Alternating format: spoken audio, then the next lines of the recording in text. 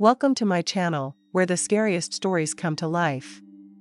Before we dive into today's chilling tale, make sure to hit the subscribe button and turn on notifications, so you never miss a story. Now, let's get into the horror. I don't know if many of you remember this, but back in 2016, there was this creepy clown trend where people dressed as creepy killer clowns, and they would hang out in places after dark or stalk people. My story takes place on my college campus during the fall of that year. I lived with my grandparents before leaving for school, and I'm extremely close to them. Also, I'm very shy and had zero friends or people I regularly hung out with at school. I wanted to reach out and meet new people, so I signed up for a salsa dancing club that met on Friday nights. I told my grandma over the phone, and she was happy I was putting myself out there. She asked if I was going with anybody. No, I told her. I think I'm just going by myself, no big deal. Are you sure? She asked. Don't any of your roommates want to go? The idea of talking to my roommates terrified me. I could handle structured gatherings, but personal conversations left more room for my awkwardness to creep in. No, they're not here. I don't want you walking around campus by yourself at night. I thought my grandma was just being overprotective. Grandma, it's fine. The streets are well lit, and it's only a 10-minute walk. It's safe.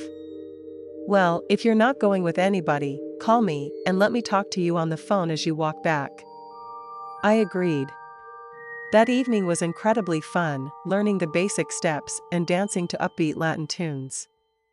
At around 10:30, I felt ready to head back to my dorm, so I snuck out of the building and headed towards my dorm. Although the path that I was walking on was lit by streetlights, it seemed darker than usual. In addition, the entire campus was deserted. Normally, there were quite a few kids my age wandering around, but that night there was not a soul to be seen. I dialed my grandma and made small talk with her as I walked. I took my heels off and carried them in my free hand. Now, the path I was walking on went past a stretch of sidewalk that was perpendicular to the one I was taking. Under one of the streetlights about 10 meters away, I noticed a lone figure standing with its back towards me. The figure, hearing me chatting on the phone, slowly turned towards me. He was tall and heavy-set, with wild red hair, and appeared to be wearing light blue pajamas. His face was obscured by a killer clown mask. The mask was stark white with dark black eye sockets and a twisted malicious grin. Time seemed to suddenly slow way down. The clown did not move toward me, he simply stood there staring. I knew I had to think fast. I contemplated my options. I could A. Scream like a little girl and run away. B. Approach him and confront him. Or C. Pretend he didn't scare me. The entire moment I just described couldn't have lasted more than a second, but in the moment it felt like an eternity. Are you there? I heard my grandma say on the phone. Remembering to breathe, with the phone still at my ear, I decided to go with Plan C. I broke eye contact with the clown. So anyway, I said loudly enough that the clown would hear me, "Yeah, I'm on my way." I continued. I heard my grandma ask, her voice suddenly filled with anxiety. As confidently and nonchalantly as I could, I walked past the sidewalk where this clown was standing, continuing to chat. His head slowly turned as I walked past, watching me until I was out of sight.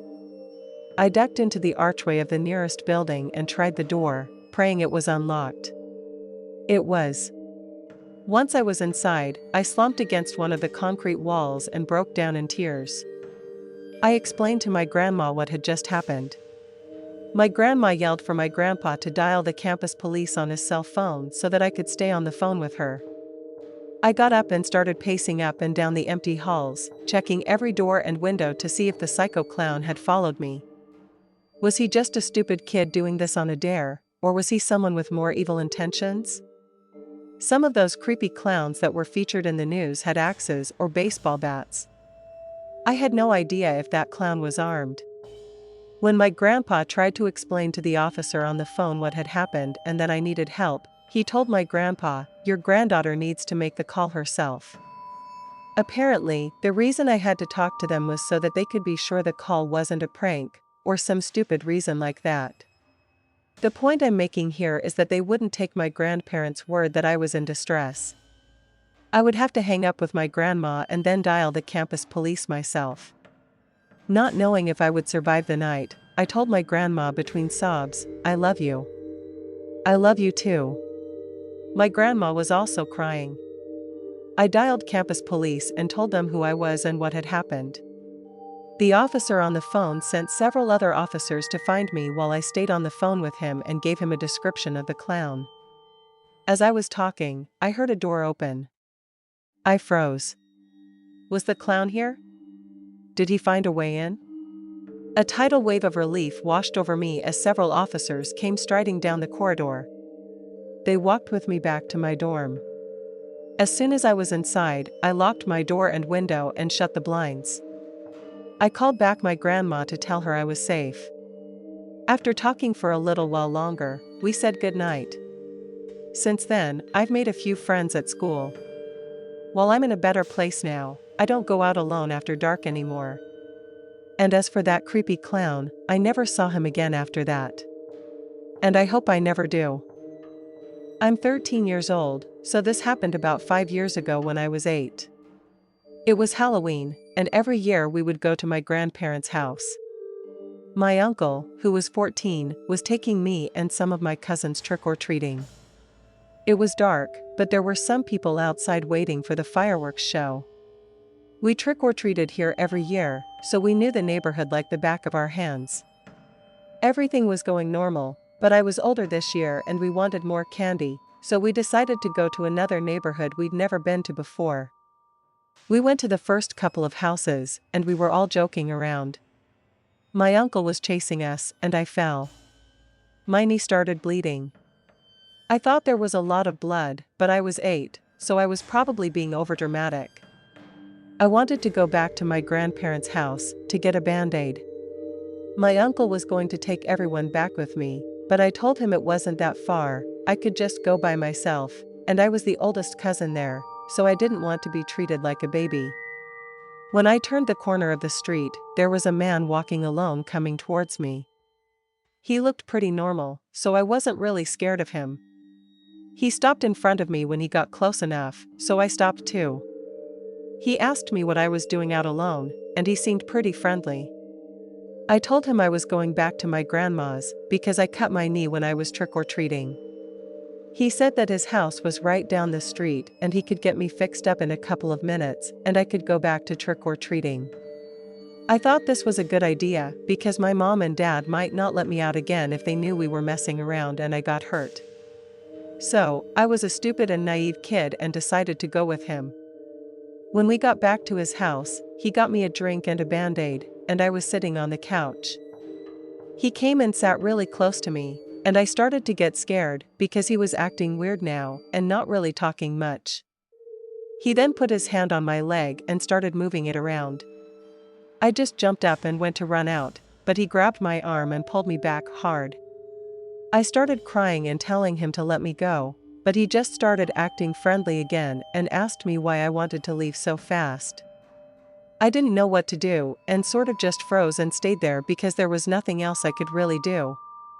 Time had passed, and I guess I was there longer than I thought, because I heard my uncle shouting my name from the street. So, he must have gone back to my grandparents' house and realized I wasn't there. The windows were open, so it was pretty loud. I jumped up again, and the man saw my reaction and realized it was someone looking for me. I ran out the door this time, and he just let me go. I told my uncle, and we both ran back to my grandparents, and my dad called the police. I was really young then, so my parents didn't tell me this until later. But the guy was actually known by the police as a sex offender. Thank God I got away when I did. So, as you can tell by the title of this story, I was stalked by a cop. Before I say anything else, I'm going to start from the beginning, because this story is crazy. When I was about 14, I had this friend who we'll call Sally. Sally was my best friend at the time, and we would constantly hang out. So, when Sally asked me if I wanted to go with her to a church lock-in, I of course said yes. So, how a lock-in works is that you go somewhere at night and you're locked in until the morning. When I was at the lock-in, I remember laying on a sleeping bag, and then Sally's family friend approached us and introduced himself. He told me his name was Chad and he was in a police uniform.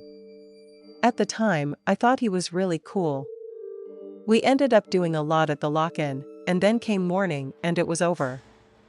So, after the lock-in, I remember Chad had followed me on all of the social media I had.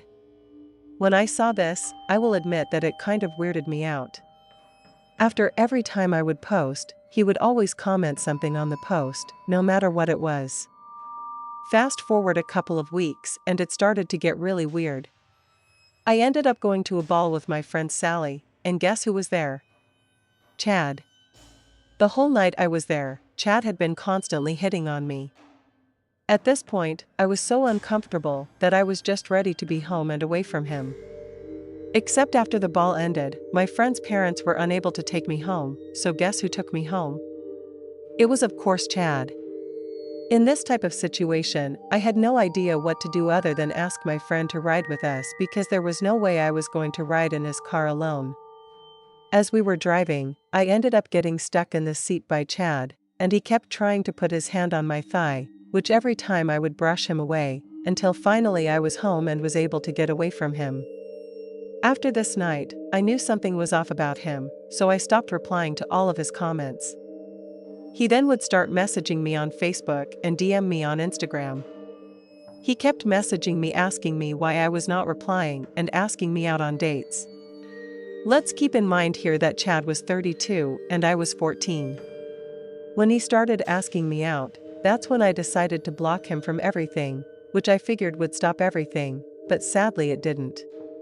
Then a couple of days after blocking him, I was in the kitchen and looked through the window and saw a patrol car in front of my house, which again I thought nothing of until the cop rolls down his window and guess what I see?